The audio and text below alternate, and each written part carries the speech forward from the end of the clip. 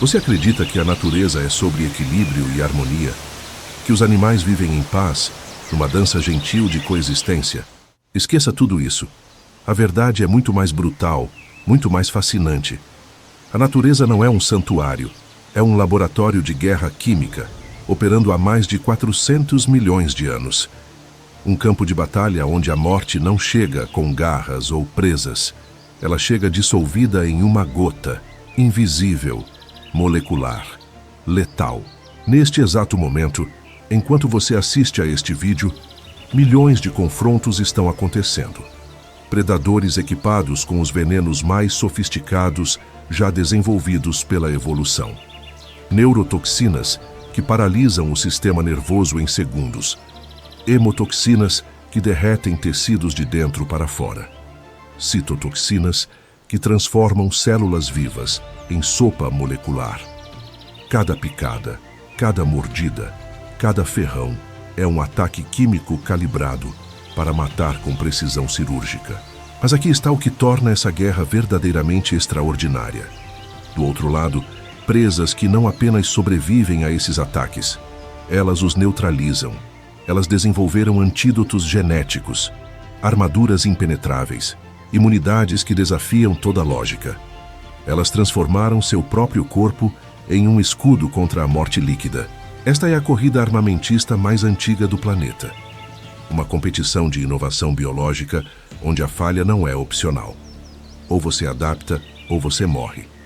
Não existem empates, não existem pausas, apenas a próxima jogada. E a próxima. E a próxima, por milhões de anos. Você está prestes a testemunhar confrontos que redefinem o conceito de sobrevivência.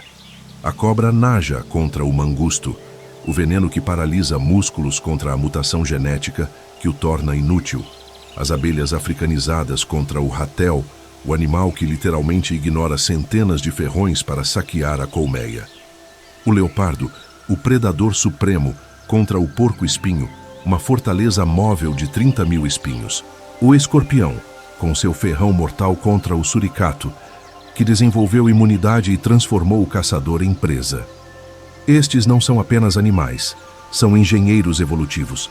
Cada um deles carrega em seu DNA soluções que levaram milhões de anos para serem testadas, aprovadas e aperfeiçoadas. Soluções que a ciência humana está apenas começando a compreender. Soluções que podem salvar vidas humanas. Soluções que estamos destruindo antes mesmo de conhecê-las. Este vídeo vai mudar a forma como você enxerga a natureza. Não como um zoológico para nossa admiração, mas como um arquivo vivo de inteligência funcional, um manual de sobrevivência escrito em sangue, veneno e adaptação. Um campo de batalha onde cada espécie é simultaneamente arma e alvo. E aqui está a revelação que vai te assombrar. Nós humanos, com toda a nossa tecnologia, com todos os nossos laboratórios, ainda não conseguimos criar um veneno tão eficiente quanto o de uma cobra. Nem uma defesa tão sofisticada quanto a de um mangusto. A natureza está há 400 milhões de anos à nossa frente. E nós estamos destruindo a biblioteca antes de ler os livros. Se você quer entender como a vida realmente funciona, se quer testemunhar a brutalidade e a genialidade da evolução em ação, se quer descobrir por que essa guerra importa para o futuro da humanidade, então você está no lugar certo. Curta este vídeo, inscreva-se no canal, porque o que você está prestes a descobrir não é apenas sobre animais, é sobre a sobrevivência, a deles e a nossa. Neste campo de batalha, não existe vitória final, apenas a próxima jogada. E ela está acontecendo agora. Vamos começar destruindo uma ilusão. Quando você pensa em animais venenosos, provavelmente imagina algumas dezenas de espécies perigosas. Algumas cobras, alguns escorpiões, talvez aranhas. A verdade: existem mais de 100 mil espécies venenosas documentadas neste planeta. E cientistas estimam que esse número pode chegar a 250 mil, quando incluímos criaturas que ainda nem descobrimos completamente. O veneno não é uma exceção na natureza, é uma estratégia dominante. É a arma biológica mais bem-sucedida já desenvolvida pela evolução. E cada uma dessas espécies carrega um arsenal químico único, testado e refinado ao longo de milhões de anos. Mas o que exatamente é o veneno? Não é uma substância simples. É um coquetel letal. Uma serpente como a cobra naja pode ter até 200 compostos químicos diferentes em uma única mordida. Cada molécula com uma função específica. Algumas atacam o sistema nervoso. Outras destroem células sanguíneas. Outras ainda dissolvem tecidos. É uma orquestra de morte, onde cada instrumento toca em harmonia para um único objetivo: neutralizar a presa. Vamos mergulhar na brutalidade química dessa guerra. Existem 3 categorias principais de veneno, e cada uma representa uma filosofia diferente de matar. A primeira é a neurotoxina. O veneno da cobra naja é o exemplo perfeito. Quando ela morde, injeta um composto que bloqueia a comunicação entre neurônios e músculos. Em minutos, a presa perde o controle dos movimentos. A paralisia começa nas extremidades e avança. Quando atinge o diafragma, a respiração para. A vítima está consciente, sentindo tudo, mas completamente imobilizada. A morte chega por asfixia, silenciosa, inevitável. Uma naja pode matar um ser humano adulto em 15 minutos. Pode matar um rato em 30 segundos. E não se engane pensando que isso é apenas sobre potência bruta. A precisão molecular desse veneno é assustadora. As neurotoxinas da najá se ligam aos receptores de acetilcolina nas junções neuromusculares com uma especificidade química que faria qualquer farmacêutico moderno corar de inveja. É como uma chave que foi moldada ao longo de milhões de anos para encaixar perfeitamente em uma fechadura biológica. E quando essa chave gira, o sistema nervoso simplesmente desliga. A segunda categoria é a hemotoxina, venenos que atacam o sangue e os tecidos. Algumas víboras carregam esse tipo de arsenal. Quando mordem, o veneno começa a destruir células vermelhas do sangue. Os vasos sanguíneos se rompem. Hemorragias internas começam em múltiplos órgãos simultaneamente. O tecido ao redor da mordida apodrece. Literalmente, a necrose avança, a pele fica preta, músculos morrem. Em casos extremos, membros inteiros precisam ser amputados. Não é uma morte rápida, é uma dissolução lenta e agonizante do corpo de dentro para fora. O que torna as hemotoxinas particularmente brutais é sua natureza enzimática. Elas não apenas destroem, elas desencadeiam reações em cascata. Uma enzima ativa outra, que ativa outra, que ativa outra.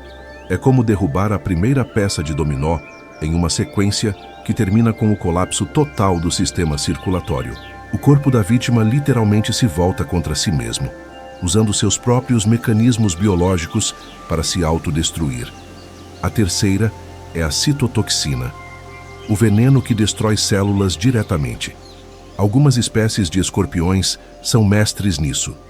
O ferrão injeta compostos que perfuram membranas celulares. As células explodem. O sistema imunológico entra em colapso tentando conter o dano.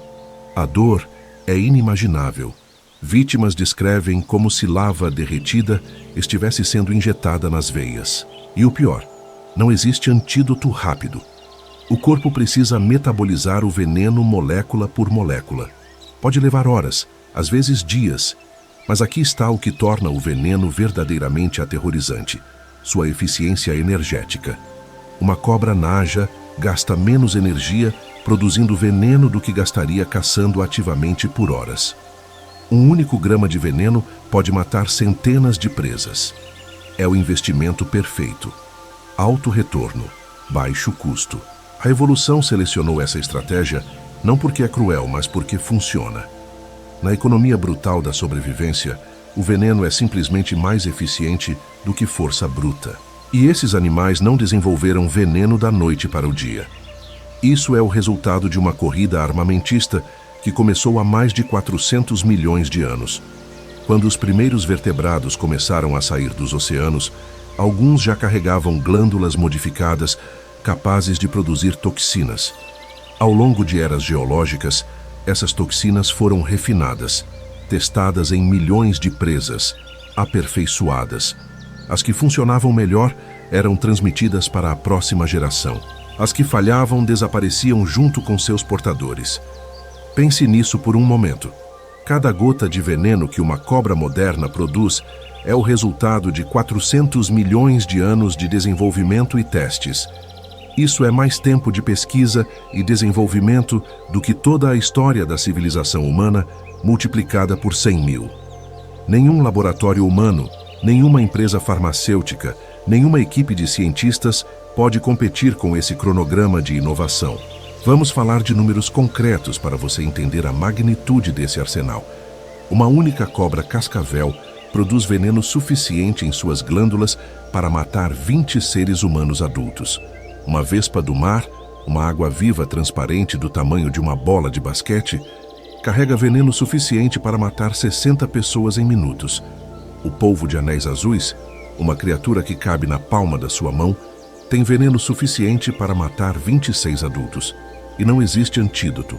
Mas o veneno não é apenas sobre quantidade. É sobre sofisticação.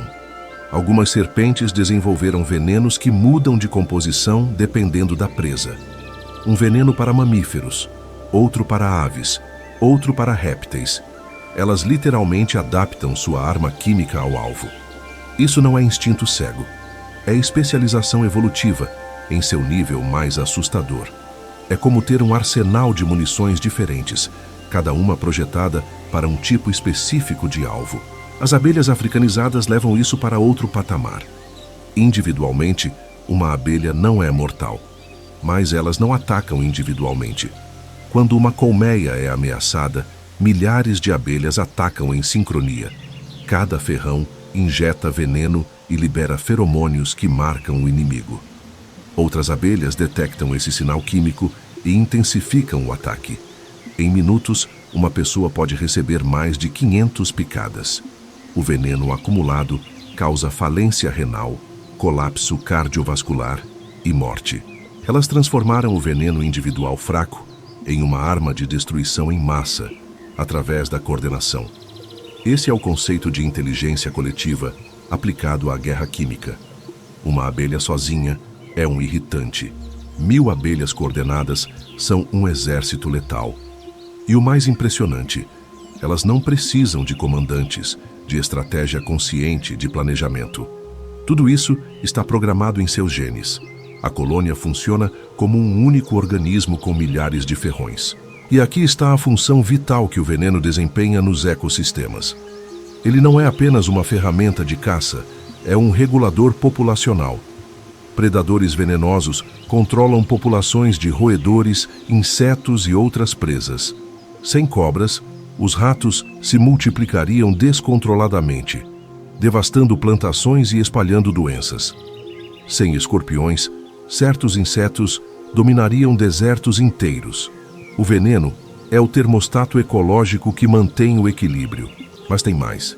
O veneno também é uma barreira evolutiva que força presas a se adaptarem ou morrerem. Ele cria pressão seletiva.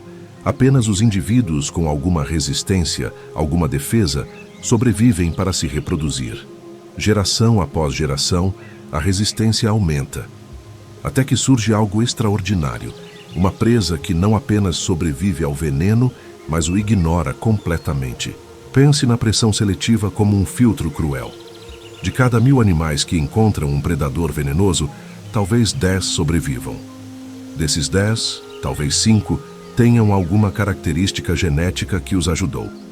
Esses 5 se reproduzem. Seus filhotes herdam essa característica. O filtro acontece de novo, e de novo, e de novo. Ao longo de milhões de anos, o que sobra do outro lado não é sorte. É design evolutivo forjado em morte e sobrevivência. E isso nos leva ao paradoxo central dessa guerra.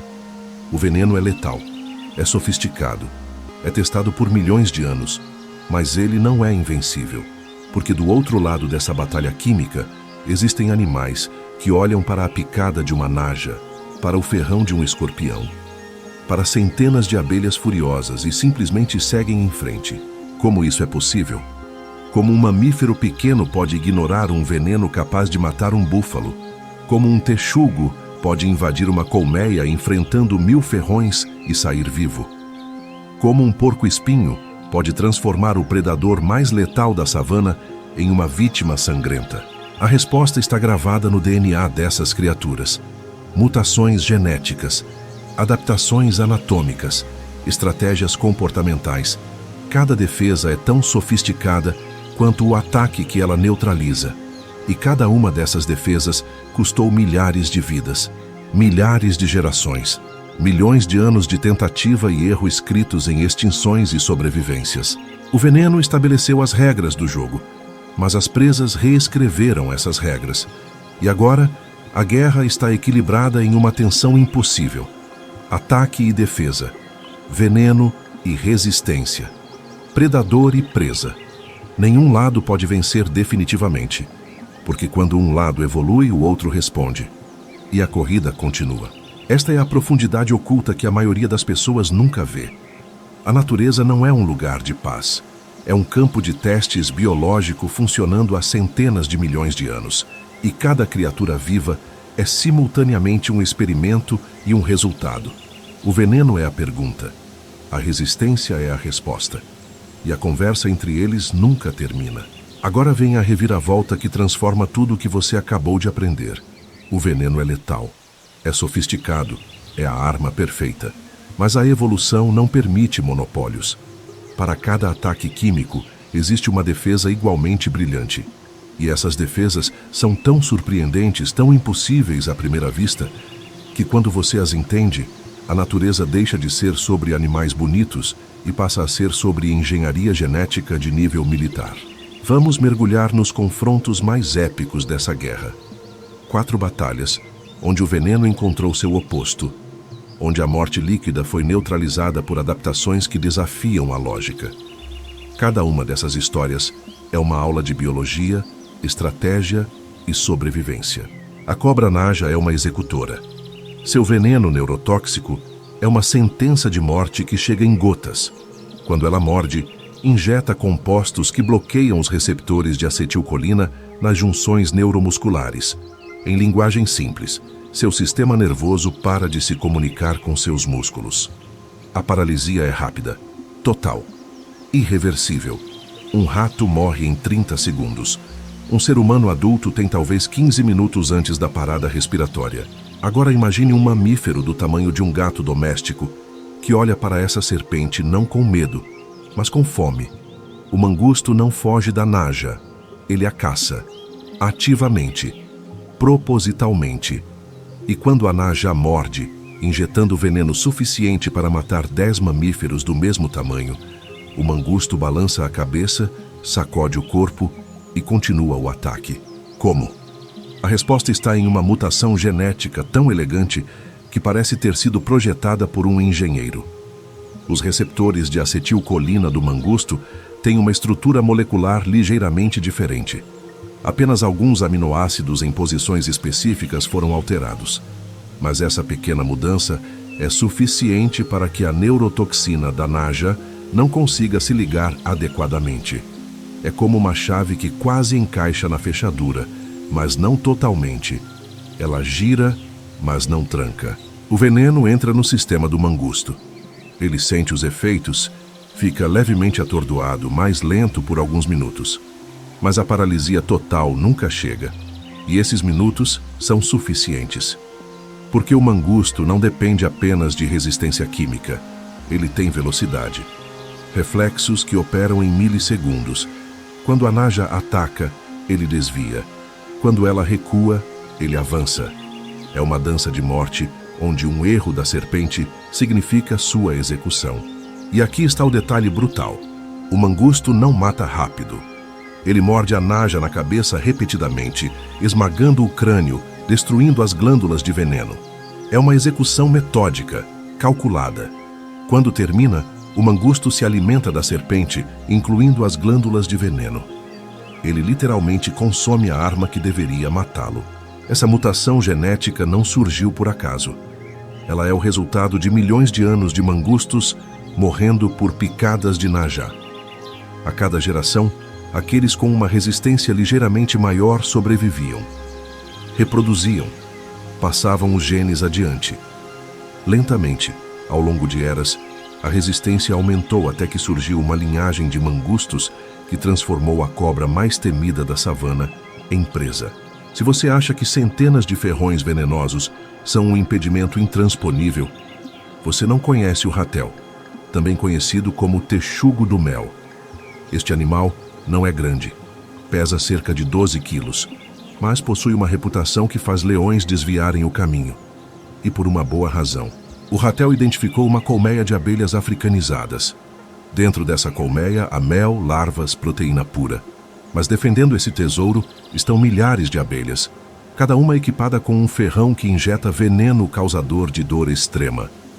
Para a maioria dos animais isso é um bloqueio absoluto. Não vale a pena. Mas o ratel não pensa assim. Ele se aproxima da colmeia. As abelhas detectam a ameaça. O alarme químico é liberado. Em segundos, centenas de abelhas estão no ar atacando.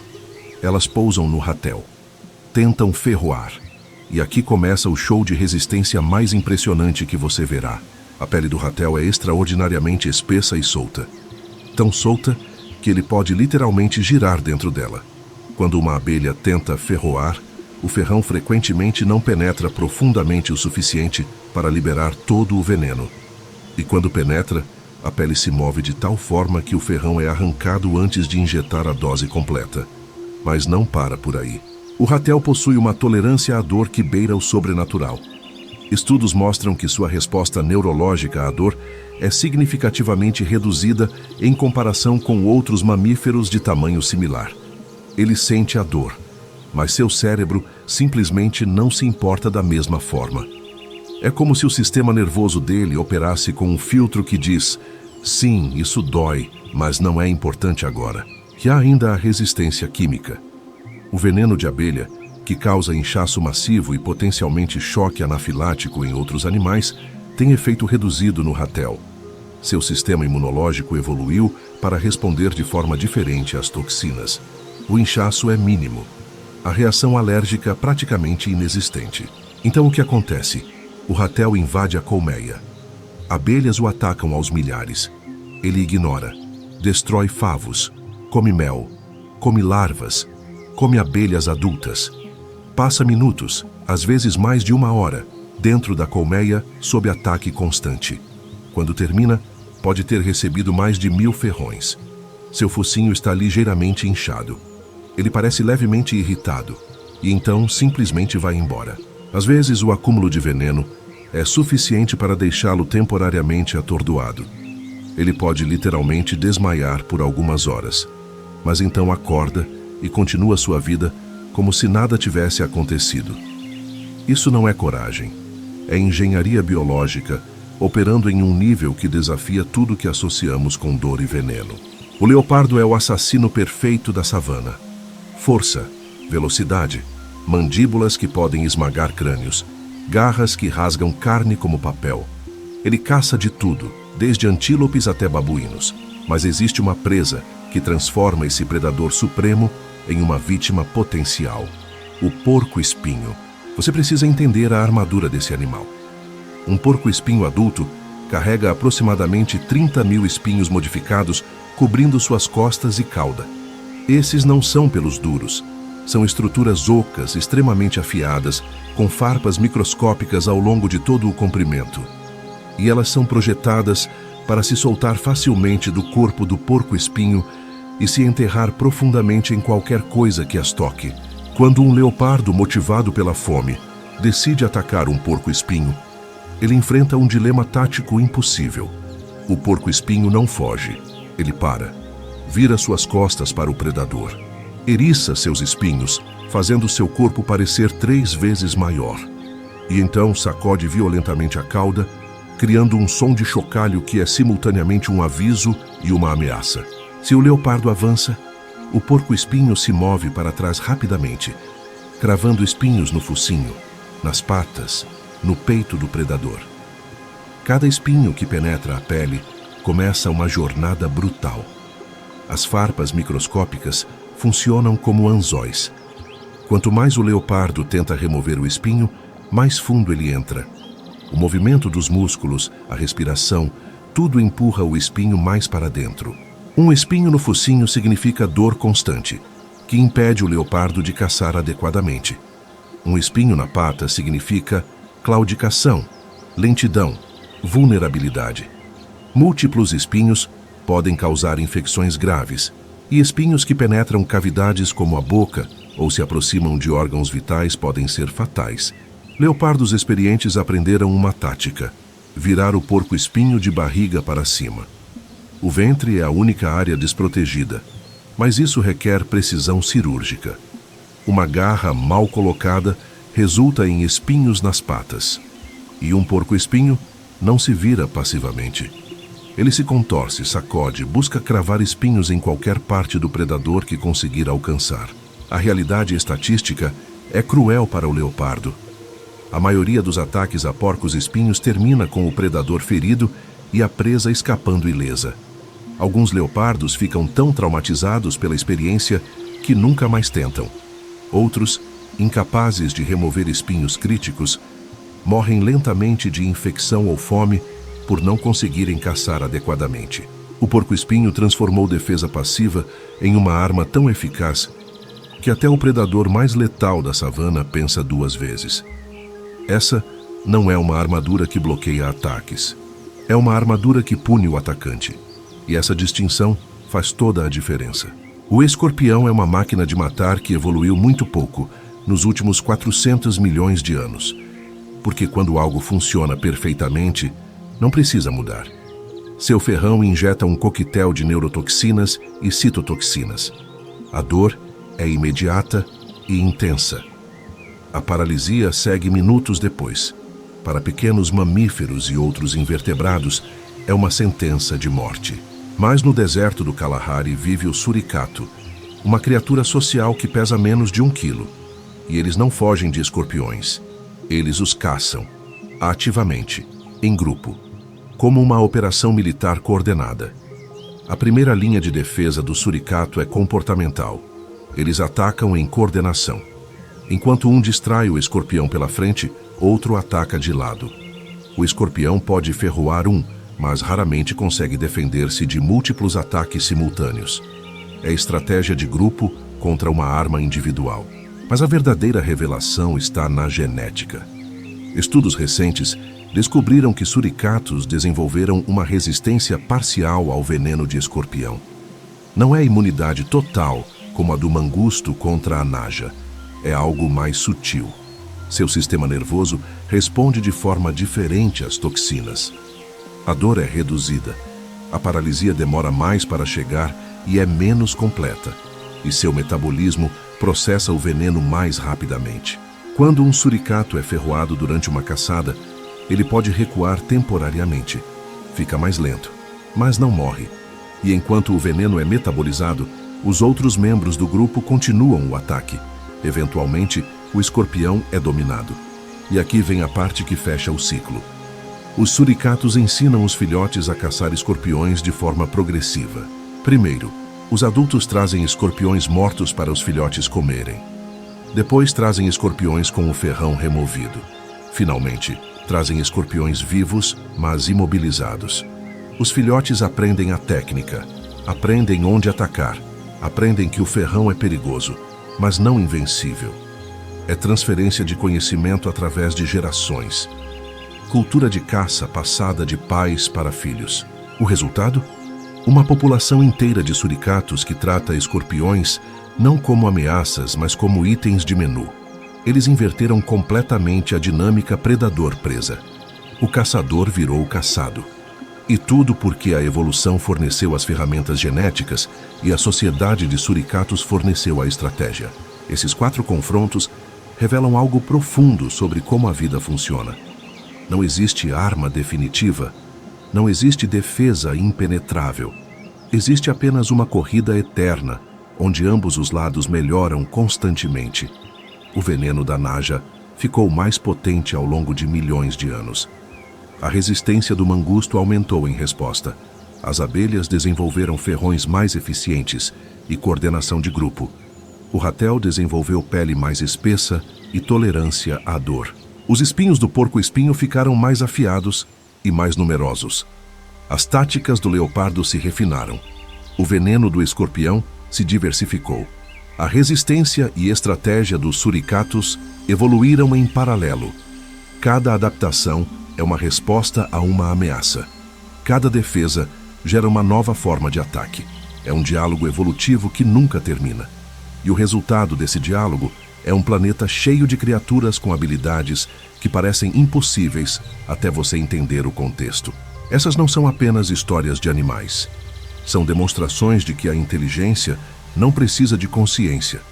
A evolução é um processo de resolução de problemas que opera através de morte e reprodução. E as soluções que ela encontra são tão elegantes, tão eficientes, que a engenharia humana ainda está tentando entendê-las, quanto mais replicá-las. Qual desses confrontos te surpreendeu mais? Você já imaginou que um mamífero pequeno poderia ser imune a um dos venenos mais letais do mundo? Que um texugo ignoraria 1000 ferrões de abelha? Que um porco-espinho poderia derrotar um leopardo sem nunca atacar ativamente? Comente abaixo qual dessas batalhas você gostaria de ver com mais detalhes, porque agora que você entende o poder do ataque e a genialidade da defesa, precisa saber o que está ameaçando destruir tudo isso. E quando você descobrir, vai entender que esta guerra de milhões de anos pode terminar não com a vitória de um lado, mas com a extinção de ambos. Acabamos de testemunhar uma guerra de 400 milhões de anos. Veneno contra resistência. Ataque contra defesa. Uma corrida armamentista tão sofisticada que a própria ciência humana ainda está tentando decifrar seus segredos. Mas aqui está a verdade que ninguém quer ouvir. Essa guerra está terminando. E não porque um lado venceu, mas porque o campo de batalha está sendo destruído. Nós, humanos, estamos quebrando o jogo evolutivo mais antigo do planeta. E estamos fazendo isso tão rápido que as espécies não têm tempo de se adaptar, porque a evolução opera em milhões de anos. A destruição humana opera em décadas. E quando você compara essas escalas de tempo, o resultado é apocalíptico. Vamos falar das 3 ameaças principais que estão desmantelando essa corrida armamentista. 3 vilões. 3 formas diferentes de destruição, e todas elas têm a mesma origem: nós. A primeira e mais óbvia ameaça é a destruição de habitat. Mas não pense nela como algo abstrato. Pense literalmente.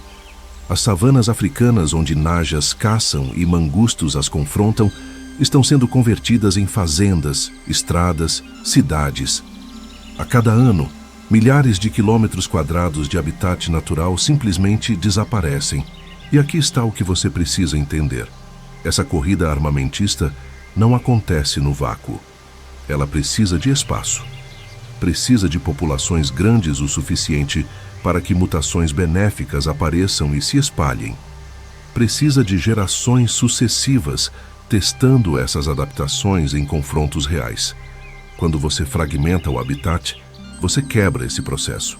Imagine uma população de mangustos dividida em pequenos grupos isolados por fazendas e estradas. Esses grupos não se reproduzem entre si. As mutações genéticas que surgem em um grupo não se espalham para os outros. A diversidade genética diminui. E sem diversidade genética, não há matéria-prima para a evolução trabalhar. Agora multiplique isso por milhares de espécies. Cobras que perdem suas áreas de caça. Porcos-espinhos que não encontram mais território suficiente. Suricatos cujas colônias são isoladas umas das outras. O resultado não é apenas a morte de indivíduos, é a morte do processo evolutivo em si. E tem algo ainda mais brutal. Quando você reduz populações a números críticos, você cria o que os biólogos chamam de vórtice de extinção. Populações pequenas têm menos diversidade genética. Menos diversidade genética significa menos capacidade de adaptação. Menos capacidade de adaptação significa que choques ambientais têm impacto maior. Impactos maiores reduzem ainda mais a população. E o ciclo continua até o colapso total. As savanas africanas perderam mais de 30% de sua extensão original nas últimas 5 décadas. Os desertos onde escorpiões e suricatos coexistem estão sendo fragmentados por desenvolvimento humano. As florestas onde ratéis caçam abelhas estão sendo derrubadas para a agricultura.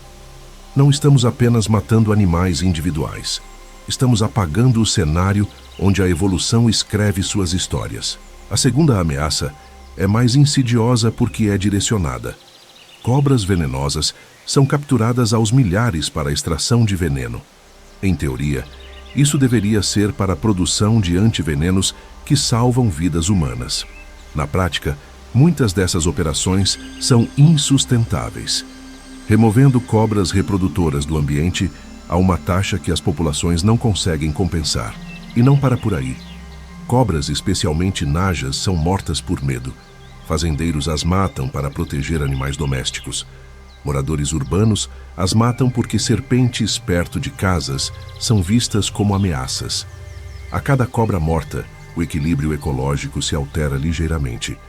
Roedores se multiplicam, doenças aumentam, e a pressão evolutiva que mantinha a corrida armamentista funcionando diminui. Mangustos enfrentam seu próprio conjunto de ameaças. Em algumas regiões, são capturados e vendidos ilegalmente como animais de estimação exóticos. Pessoas acham fascinante ter um animal que mata cobras, mas um mangusto em cativeiro não está caçando. Não está se reproduzindo com parceiros selecionados pela capacidade de sobreviver a veneno. Não está passando genes de resistência para a próxima geração. Está apenas existindo. E da perspectiva evolutiva, isso é equivalente à morte. Ratéis são mortos por apicultores que os veem como pragas. Ironicamente, o mesmo comportamento que os torna fascinantes para documentaristas os torna alvos para humanos que protegem colmeias comerciais. E não é apenas morte direta. Armadilhas, venenos, tiros. Cada ratel morto é uma combinação genética única que desaparece. Talvez aquele indivíduo tivesse uma resistência ainda maior a veneno de abelha. Talvez tivesse uma pele ainda mais espessa. Nunca saberemos. Porque ele morreu antes de reproduzir. Porcos-espinhos são caçados para carne em várias partes da África. Seus espinhos são vendidos como curiosidades ou usados em artesanato tradicional. E leopardos, os predadores que mantêm a pressão evolutiva sobre porcos-espinhos, estão em declínio populacional grave. Menos de 200 mil leopardos restam na natureza, comparado com 700 mil há 50 anos. Quando você remove o predador, remove a razão evolutiva para a defesa existir. Suricatos têm uma situação peculiar. Eles se tornaram ícones da cultura pop. Programas de TV, documentários, turismo de observação. Em um nível superficial, isso gera consciência, mas também cria pressão turística em áreas onde vivem. Veículos perturbam suas rotinas de caça. Presença humana constante altera seus comportamentos naturais. E em alguns lugares, suricatos habituados a humanos deixam de caçar escorpiões de forma tão ativa porque turistas oferecem comida. O comércio ilegal, a perseguição e a exploração criam buracos nas populações. E esses buracos não são distribuídos aleatoriamente. Geralmente, os indivíduos maiores, mais fortes, mais impressionantes são os alvos. E esses são exatamente os indivíduos que carregam as melhores adaptações. Remover seletivamente os melhores espécimes de uma população é engenharia evolutiva reversa. Você não está selecionando os mais aptos, está removendo-os. A terceira ameaça é a mais insidiosa de todas, porque não mata diretamente. Ela muda as regras do jogo enquanto o jogo está acontecendo. E quando você muda regras que foram estabelecidas ao longo de milhões de anos, tudo desmorona. Venenos são compostos químicos extremamente sensíveis à temperatura. A eficácia de uma neurotoxina pode variar significativamente com mudanças de apenas alguns graus. Cobras que evoluíram em ambientes com temperaturas médias específicas agora enfrentam variações extremas, ondas de calor mais frequentes, secas prolongadas, e seu veneno, otimizado para funcionar em condições específicas, pode se tornar menos eficaz. Mas aqui está o problema. As presas também estão mudando. Mangustos em áreas mais quentes podem ter metabolismos acelerados que processam veneno de forma diferente. Ou podem ter metabolismos desacelerados por estresse térmico que os tornam mais vulneráveis. A mudança não é uniforme, não é previsível. E a evolução não consegue acompanhar quando as mudanças acontecem em décadas, não em milênios. Abelhas africanizadas são extremamente sensíveis a mudanças de temperatura. Suas colônias dependem de regulação térmica precisa. Quando temperaturas externas ultrapassam certos limiares, as abelhas precisam gastar mais energia resfriando a colmeia. Menos energia para a reprodução, menos abelhas. Colônias menores. E ratéis que evoluíram lidando com milhares de abelhas agora podem enfrentar colônias de centenas. Parece uma vantagem, mas na verdade quebra a pressão seletiva que mantinha a adaptação do ratel ativa. Secas prolongadas afetam vegetação. Menos vegetação significa menos herbívoros. Menos herbívoros significa que predadores como leopardos precisam mudar seus padrões de caça. Eles podem começar a atacar presas mais arriscadas, como porcos-espinhos, com mais frequência. Mas se a população de leopardos está em declínio e a de porcos-espinhos também, o resultado não é mais confrontos evolutivos produtivos. É apenas morte. Escorpiões são animais de deserto, adaptados a ambientes áridos extremos. Mas mudanças climáticas não significam apenas mais calor. Significam padrões de chuva imprevisíveis, inundações repentinas em áreas que eram secas, secas em áreas que tinham chuvas regulares. Escorpiões podem migrar, mas suas populações de presas, incluindo suricatos, têm estruturas sociais complexas que não se movem facilmente. Quando o predador e presa não estão mais sincronizados no espaço e no tempo, a corrida armamentista simplesmente para. E há um efeito cascata ainda mais cruel. Mudanças climáticas facilitam a expansão de espécies invasoras. Plantas que cobrem o solo de forma diferente. Insetos que competem por recursos. Doenças que antes estavam restritas a regiões específicas, agora se espalham. Um mangusto que sobrevive perfeitamente ao veneno de uma naja pode morrer de uma doença tropical que nunca existiu em seu habitat antes. Estamos reescrevendo as regras de um jogo de 400 milhões de anos em tempo real.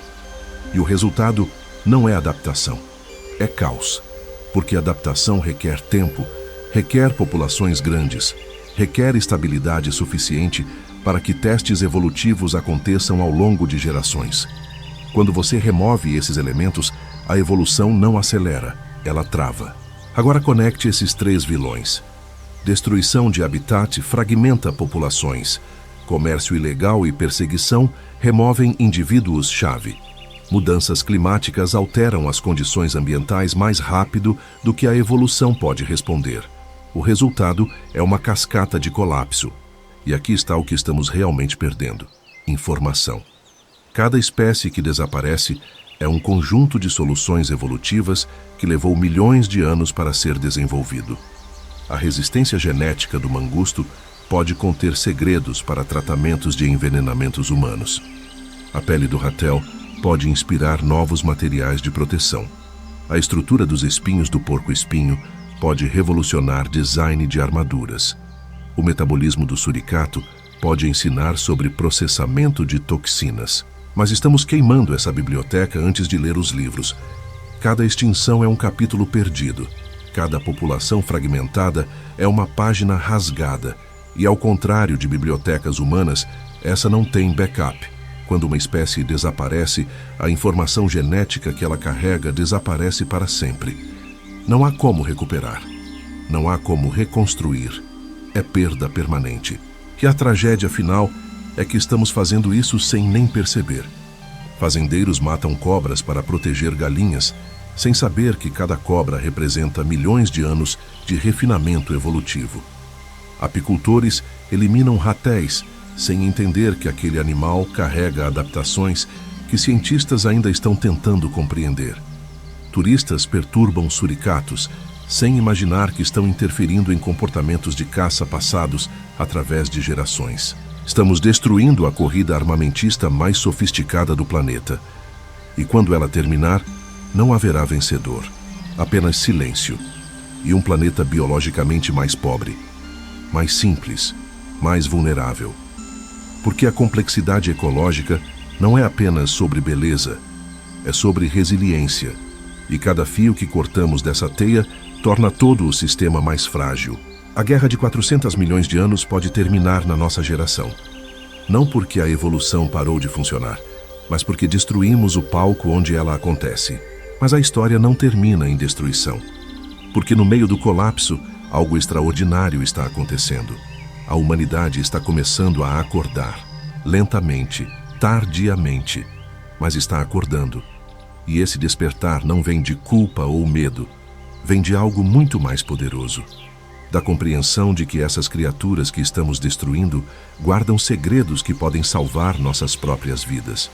A ciência moderna está descobrindo que a corrida armamentista entre veneno e resistência não é apenas uma curiosidade da natureza. É um laboratório de pesquisa farmacêutica funcionando há 400 milhões de anos.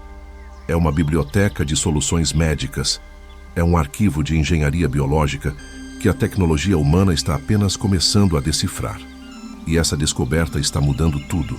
Vamos mergulhar na revolução que está acontecendo agora, nas soluções reais que estão sendo implementadas, nas esperanças tangíveis que estão emergindo e na reflexão filosófica que deve guiar nossos próximos passos. Durante décadas, veneno foi visto apenas como uma ameaça, algo a ser temido, evitado, neutralizado. Mas pesquisadores começaram a fazer uma pergunta diferente. Se o veneno é tão eficaz em desligar sistemas biológicos específicos, podemos usar essa precisão para fins médicos?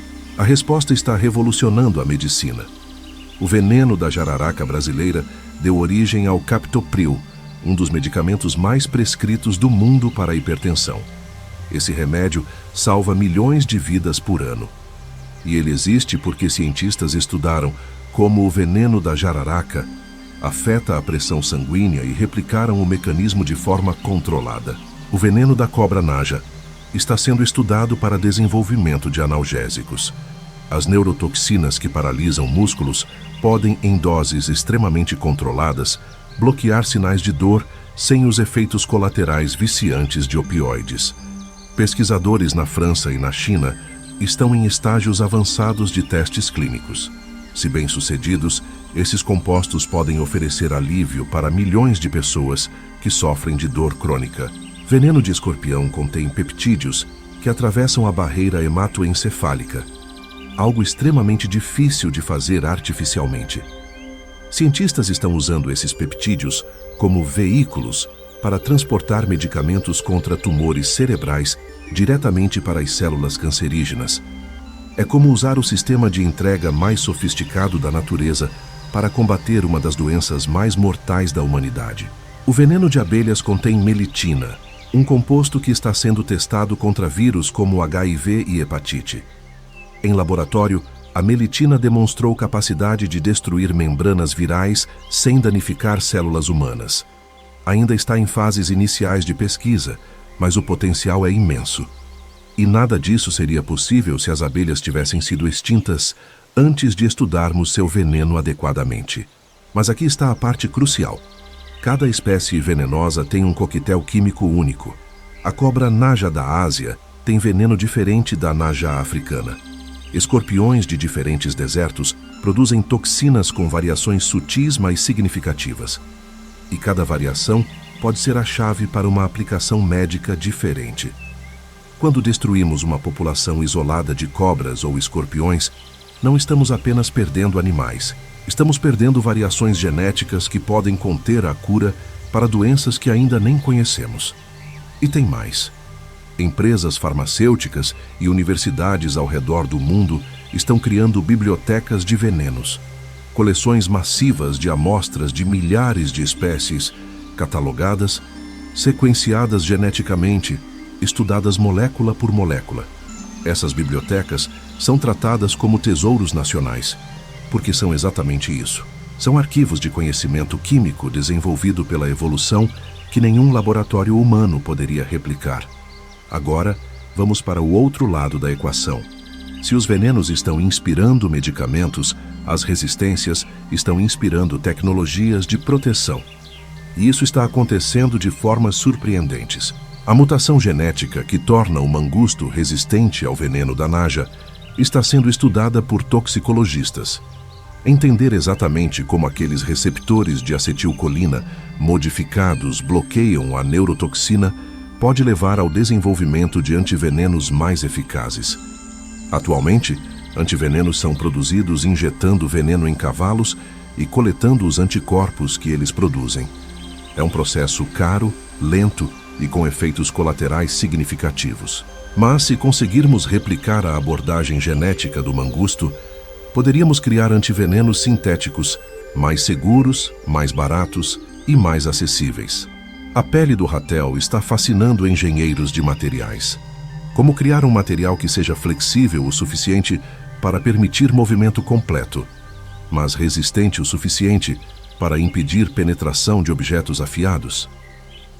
A indústria de equipamentos de proteção individual quer saber. Coletes à prova de facadas, uniformes de motociclistas, roupas de proteção para profissionais que trabalham com animais perigosos. Todos se beneficiariam de um material que replicasse as propriedades da pele do ratel. E não é apenas a espessura, é a estrutura. A pele do ratel tem camadas com diferentes propriedades mecânicas. A camada externa é dura, a interna é elástica. Entre elas, uma estrutura de colágeno organizada de forma específica que distribui impacto. Pesquisadores em biomateriais estão usando tomografias e microscopia eletrônica para mapear essa estrutura em detalhes moleculares. O objetivo é criar tecidos sintéticos que tenham as mesmas propriedades. Os espinhos do porco-espinho são outra fonte de inspiração. Cada espinho tem farpas microscópicas anguladas de forma específica.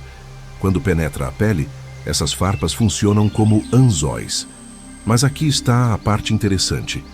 A forma como os espinhos são projetados requer menos força para penetrar do que uma agulha médica de mesmo diâmetro. Isso despertou o interesse de engenheiros médicos. Agulhas de injeção tradicionais requerem força significativa para penetrar a pele, causando dor e trauma tecidual. Mas agulhas inspiradas em espinhos de porco-espinho, com microestrutura de superfície similar, penetram com muito menos força. Protótipos estão sendo testados. Se bem-sucedidos, poderíamos ter injeções menos dolorosas, especialmente importantes para pacientes que precisam de injeções frequentes, como diabéticos. E há aplicações além da medicina. Âncoras marinhas inspiradas nas farpas dos espinhos, fechos e conectores que se prendem firmemente, mas podem ser removidos com a técnica certa. Cada aplicação é um exemplo de como estudar uma adaptação defensiva natural pode resolver problemas de engenharia humana. O sistema imunológico do suricato, capaz de processar venenos de escorpião mais rapidamente que outros mamíferos, está sendo estudado por imunologistas e toxicologistas. Compreender os mecanismos celulares e moleculares envolvidos pode informar tratamentos para envenenamentos acidentais em humanos, especialmente em regiões onde picadas de escorpião são comuns e acesso a hospitais é limitado. Mas a inspiração científica só funciona se as espécies sobreviverem. E aqui entram os projetos de conservação que estão fazendo a diferença real. Não apenas preservando animais, mas preservando os processos evolutivos que os criaram. Na África do Sul, organizações estão criando corredores ecológicos que conectam fragmentos de habitat. Esses corredores permitem que mangustos, najas, porcos-espinhos e leopardos se movam entre áreas protegidas. Não é apenas sobre impedir extinção, é sobre manter populações grandes e conectadas o suficiente para que a evolução continue funcionando. Mangustos de diferentes populações podem se reproduzir, misturando genes de resistência. Cobras podem se dispersar, mantendo diversidade genética. Um projeto específico no Parque Nacional Kruger está monitorando interações entre najas e mangustos usando câmeras e rastreamento por GPS. Os dados coletados estão revelando padrões fascinantes. Mangustos em áreas com alta densidade de najas têm resistência a veneno ligeiramente maior que mangustos em áreas com poucas cobras. Isso confirma que a pressão evolutiva ainda está ativa e que proteger ambos os lados dessa corrida é essencial. Programas de reprodução em cativeiro para cobras venenosas estão sendo implementados em vários países. Mas não é reprodução aleatória. Geneticistas estão garantindo que a diversidade genética seja mantida, que variações raras de composição de veneno não sejam perdidas, que indivíduos com características específicas sejam preservados. E filhotes nascidos nesses programas estão sendo reintroduzidos em áreas onde populações selvagens foram devastadas. Para ratéis, a abordagem é diferente. Como eles entram em conflito direto com apicultores, organizações estão trabalhando em soluções de coexistência, colmeias elevadas em estruturas que ratéis não conseguem escalar, cercas elétricas de baixa voltagem que afastam sem ferir, e, crucialmente, educação. Apicultores que entendem o papel ecológico do ratel e seu valor científico são menos propensos a matá-los. Um projeto no Botsuana está até experimentando com colmeias iscas. Estruturas que parecem colmeias, mas não contêm abelhas, apenas mel e cera. Ratéis as invadem, saciam sua fome e deixam as colmeias reais em paz. É engenharia comportamental, redirecionamento em vez de eliminação. Para porcos-espinhos e leopardos, a estratégia envolve reduzir conflitos com humanos. Leopardos que atacam gado são capturados e relocados em vez de mortos.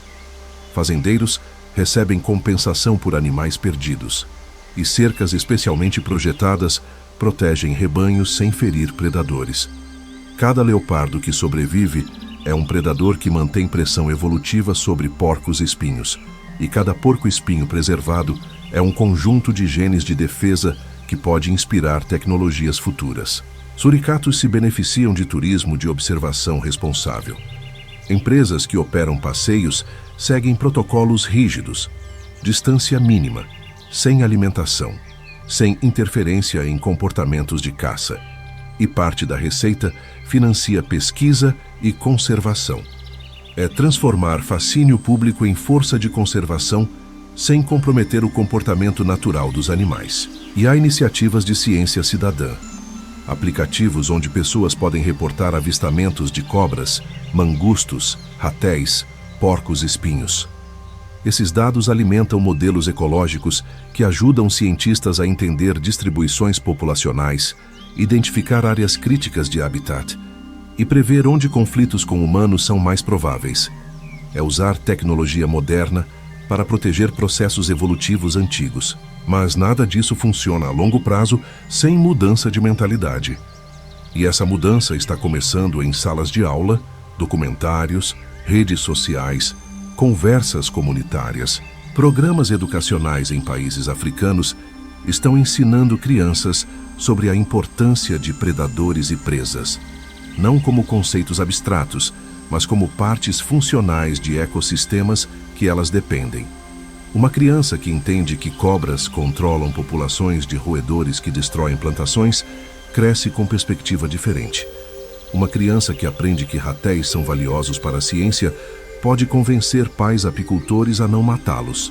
Documentários como este que você está assistindo têm papel crucial. Eles traduzem complexidade científica em narrativas acessíveis, fazem pessoas se importarem, geram curiosidade. E curiosidade gera perguntas. E perguntas geram busca por conhecimento. É um ciclo virtuoso. Redes sociais estão sendo usadas por biólogos e conservacionistas para corrigir desinformação. Quando alguém posta um vídeo matando uma cobra por segurança, biólogos respondem com informações sobre o papel ecológico da serpente. Quando alguém compartilha medo de escorpiões, especialistas explicam que a maioria das espécies não é mortal e que eles controlam populações de insetos. É educação em tempo real, alcançando milhões. E há o aspecto cultural. Muitas sociedades tradicionais têm relações complexas com animais venenosos. Algumas os reverenciam, outras os temem. Trabalhar com líderes comunitários, curandeiros tradicionais, anciãos, para incorporar conhecimento científico sem descartar crenças culturais é essencial. Não é sobre impor valores ocidentais de conservação. É sobre encontrar pontos de conexão entre sabedoria tradicional e ciência moderna. Um exemplo poderoso vem do Quênia. Comunidades Masai tradicionalmente matavam leopardos que atacavam gado. Mas programas que demonstraram que leopardos saudáveis atraem turistas e turistas trazem receita mudaram perspectivas. Agora, algumas comunidades Masai protegem ativamente leopardos. Não por altruísmo abstrato, mas porque reconhecem valor econômico tangível. É pragmatismo que serve à conservação. Agora precisamos fazer a pergunta mais difícil, mais incômoda, mais necessária. Nós, humanos, gostamos de nos ver como o pináculo da evolução, a espécie mais inteligente, a mais adaptável, a que dominou o planeta. E há verdade nisso. Nossa tecnologia é impressionante. Nossa capacidade de modificar ambientes é sem precedentes. Nossa medicina aumentou a expectativa de vida dramaticamente. Mas aqui está o que raramente admitimos. Somos péssimos em desenvolver soluções químicas. Nossa farmacologia tem séculos. A evolução tem centenas de milhões de anos. Ainda não conseguimos criar um veneno tão eficiente quanto o de uma cobra. Ainda não conseguimos replicar a resistência genética de um mangusto. Ainda não desenvolvemos um material tão eficaz quanto a pele de um ratel ou os espinhos de um porco-espinho. Toda a nossa inteligência consciente, todos os nossos laboratórios, todos os nossos cientistas brilhantes estão tentando alcançar o que a evolução cega, sem consciência, sem intenção, já resolveu através de morte e reprodução ao longo de eras. E aqui está a ironia brutal. Estamos destruindo as soluções antes de entendê-las completamente. É como queimar uma biblioteca enquanto ainda estamos aprendendo a ler. Cada espécie extinta é um livro perdido. Cada população fragmentada é conhecimento diluído. Cada habitat destruído é um contexto apagado. A arrogância humana nos faz acreditar que não precisamos da natureza, que podemos substituir ecossistemas naturais com tecnologia, que venenos e resistências são curiosidades científicas, não necessidades funcionais. Mas a realidade é oposta. Nós precisamos desesperadamente das lições que esses animais têm a ensinar. Medicamentos derivados de venenos salvam milhões de vidas humanas por ano. Tecnologias inspiradas em adaptações naturais resolvem problemas que engenheiros humanos não conseguiam. E há incontáveis outras aplicações esperando para serem descobertas se preservarmos as espécies tempo suficiente para estudá-las. Mas além do valor utilitário, há algo mais profundo. Esses animais representam uma forma de inteligência que não requer consciência. Soluções elegantes para problemas complexos, testadas exaustivamente, refinadas continuamente. É um tipo de sabedoria funcional que deveria nos deixar humildes. Não admirados de longe, mas genuinamente humildes diante da eficácia pura. Um mangusto não sabe que tem receptores de acetilcolina modificados. Uma naja não sabe que seu veneno é um coquetel de 200 compostos. Um ratel não entende farmacologia de tolerância à dor. Um porco-espinho não fez engenharia estrutural consciente de seus espinhos. Mas todas essas soluções funcionam perfeitamente. E funcionam há milhões de anos, muito antes de humanos existirem. Então a questão não é se essas criaturas sobreviverão sem nós. Elas sobreviveram por centenas de milhões de anos antes de humanos aparecerem. A questão real é: nós sobreviveremos sem elas, sem as lições que elas ensinam, sem os medicamentos que seus venenos inspiram, sem as tecnologias que suas adaptações possibilitam. E mesmo além de sobrevivência física, há a questão de que tipo de mundo queremos habitar. Um mundo biologicamente rico, complexo, cheio de interações fascinantes e corridas armamentistas evolutivas? Ou um mundo simplificado, empobrecido, onde diversidade foi sacrificada por conveniência de curto prazo? Você chegou ao fim desta jornada, sabendo algo que a maioria das pessoas nunca saberá: que a natureza não é sobre harmonia superficial, mas sobre conflitos produtivos, que veneno e resistência são dois lados de uma moeda evolutiva, que cada espécie carrega informação insubstituível e que estamos destruindo tudo isso a uma velocidade alarmante. Mas conhecimento sem ação é apenas entretenimento. E este não é um canal de entretenimento, é um chamado para a consciência, para que você entenda que suas escolhas importam, que suas vozes importam, que sua capacidade de influenciar outros importa. Não estou pedindo que você doe dinheiro, embora organizações de conservação precisem de recursos. Não estou pedindo que você se torne ativista, embora precisemos de mais vozes defendendo vida selvagem. Estou pedindo algo mais fundamental, que você mude a forma como pensa sobre natureza. Da próxima vez que ver uma cobra, não veja apenas uma ameaça. Veja 400 milhões de anos de refinamento químico. Da próxima vez que ouvir sobre desmatamento, não veja apenas árvores caindo. Veja processos evolutivos sendo interrompidos. Da próxima vez que alguém matar um animal por medo ou conveniência, questione se essa morte realmente era necessária. Compartilhe este conhecimento. Não apenas o vídeo, mas a consciência. Converse com amigos sobre como venenos estão salvando vidas humanas. Explique para familiares por que fragmentação de habitat é catastrófica. Corrija a desinformação quando a vir. Seja uma voz de razão e ciência em um mundo que frequentemente prioriza medo e ignorância. E entenda que conservação não é sobre salvar animais fofos. É sobre preservar funcionalidade ecológica. É sobre manter a biblioteca genética aberta. É sobre garantir que as próximas gerações de humanos tenham acesso às mesmas soluções evolutivas que nós temos. É fundamentalmente sobre inteligência de longo prazo versus estupidez de curto prazo. A corrida armamentista de 400 milhões de anos entre veneno e resistência não precisa terminar na nossa geração, mas continuará apenas se agirmos. E ação começa com compreensão, com valorização, com respeito por processos que são muito maiores e mais antigos do que nossa espécie inteira. Então a pergunta final não é sobre cobras ou mangustos, abelhas ou ratéis, leopardos ou porcos-espinhos. A pergunta é sobre nós. Sobre que tipo de ancestrais queremos ser? Seremos a geração que destruiu a biblioteca? Ou a geração que finalmente aprendeu a ler?